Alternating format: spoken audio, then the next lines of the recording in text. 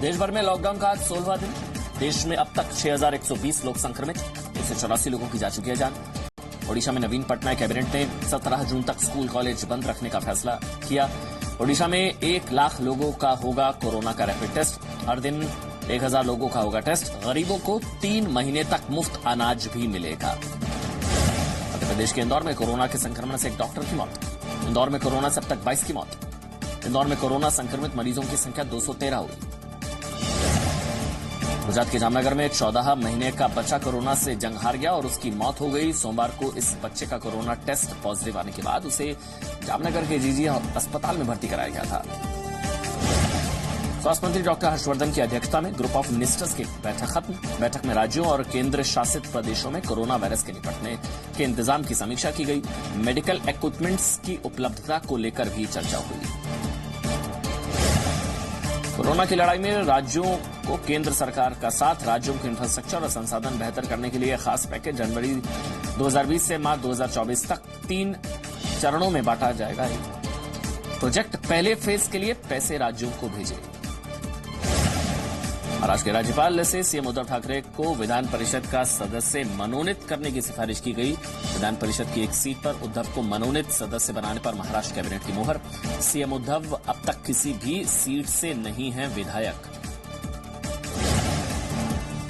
Corona isolation centre पर कांग्रेस नेता कपिल सिब्बल के विवादित बोल। सिब्बल ने आइसोलेशन सेंटर को डिटेंशन सेंटर बताया। बोले आज लाखों की तादाद में लोग डिटेंशन सेंटर में हैं। दिल्ली एयरपोर्ट पर तैनात एक हेड कांस्टेबल को भी हुआ कोरोना। FRRO में तैनात था और इमिग्रेशन का काम देख रहा था। इमिग्रेशन का पहला कोरोना का केस। कोरोना संक्रमण से निपटने के लिए दिल्ली सरकार ने कई बड़े फैसले लिए हैं। 20 हॉटस्पॉट इलाकों को पूरी तरह सील किया गया। घर से बाहर निकलने पर मास्क पहनना जरूरी। दिल्ली के सफदरजंग अस्पताल 2 महिला डॉक्टर्स पर हमला। एक पड़ोसी ने कोरोना फैलाने का आरोप लगाकर बनाया निशाना। केस दर्ज, आरोपी गिरफ्तार। दिल्ली के स्वास्थ्य मंत्री सत्येंद्र जैन का बयान। डॉक्टर से बदसलूकी करने वालों के खिलाफ होगी सख्त कार्रवाई। दिल्ली के स्वास्थ्य मंत्री सत्येंद्र जैन ने दी जानकारी। दिल्ली के तबलीगी जमात के 93 लोग कोरोना संक्रमित। इमरजेंसी जैसे हालात, लॉकडाउन का करें पालन। दिल्ली में सील किए गए हॉटस्पॉट पर जरूरी सामान की होम डिलीवरी। दिल्ली में कोरोना के हालात पर सीएम केजरीवाल और उपराज्यपाल अनिल बैजल के अधिकारियों के साथ बैठक। हालात से निपटने के उपायों पर हुई चर्चा। यूपी और दिल्ली में कोरोना हॉटस्पॉट इलाकों को किया गया सील। दोनों राज्यों में मास्क पहनकर बाहर आना जरूरी। घर तक की जाएगी आपके जरूरी सामान की डिलीवरी। आईसीएमआर ने 1,27,919 सैंपल टेस्ट किए। इनमें से 5,114 पॉजिटिव। कोरोना हॉटस्पॉट सील के दौरान लोगों के एक से दूसरी कॉलोनी में भी जाने पर रहेगी पाबंदी। 112 पर कॉल करने पर घर बैठे मिलेगा जरूरी सामान। यूपी में सील किए गए इलाके में रहने वाले मीडिया कर्मियों की आवाजाही पर जारी रहेगी छूट। राज्य के डीजीपी ने कहा पूरी तरह से सील इलाके में रहने वाले मीडिया कर्मी भी अपने दफ्तर जा सकते हैं। बिहार में 50 तक पहुंची कोरोना संक्रमितों की संख्या। सीवान जिले में एक ही परिवार की 4 महिलाएं कोरोना पॉजिटिव। झारखंड के बोकारो में कोरोना से पहली मौत। झारखंड में कोरोना के 9 नए मामले सामने आए हैं। इसी के साथ मरीजों की संख्या बढ़कर 13 हो गई है। नए मरीजों में 4 बोकारो जिलों के, चंद्रपुरा इलाके के, जबकि 5 रांची के हिंद पीढ़ी के रहने वाले हैं। महाराष्ट्र में कोरोना से कुल 1,297 लोग पीड़ित। 24 घंटे में 163 नए मरीज। मुंबई में मिले 143 नए मरीज। अब तक 72 लोगों की गई है जान। तबलीगी जमात के 25 लोग और पॉजिटिव मिले हैं। 17 लोग ठीक हुए।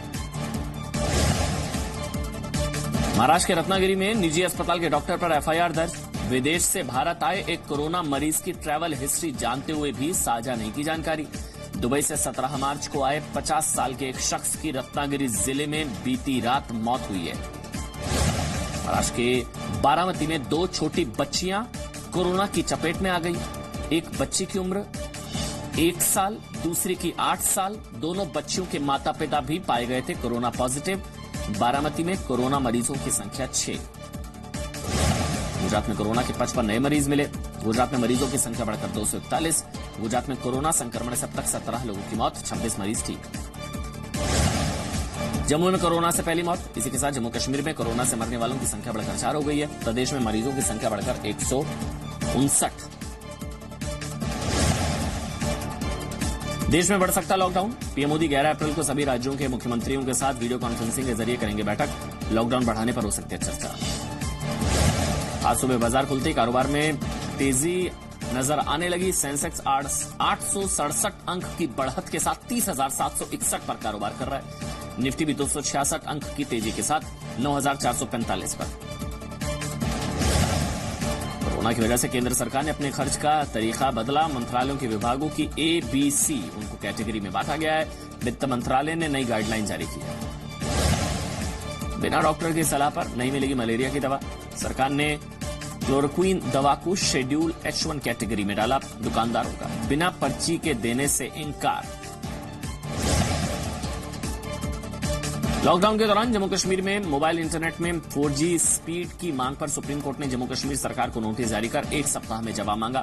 लोगों ने ऑनलाइन क्लासेस के लिए इंटरनेट स्पीड बढ़ाने की मांग की।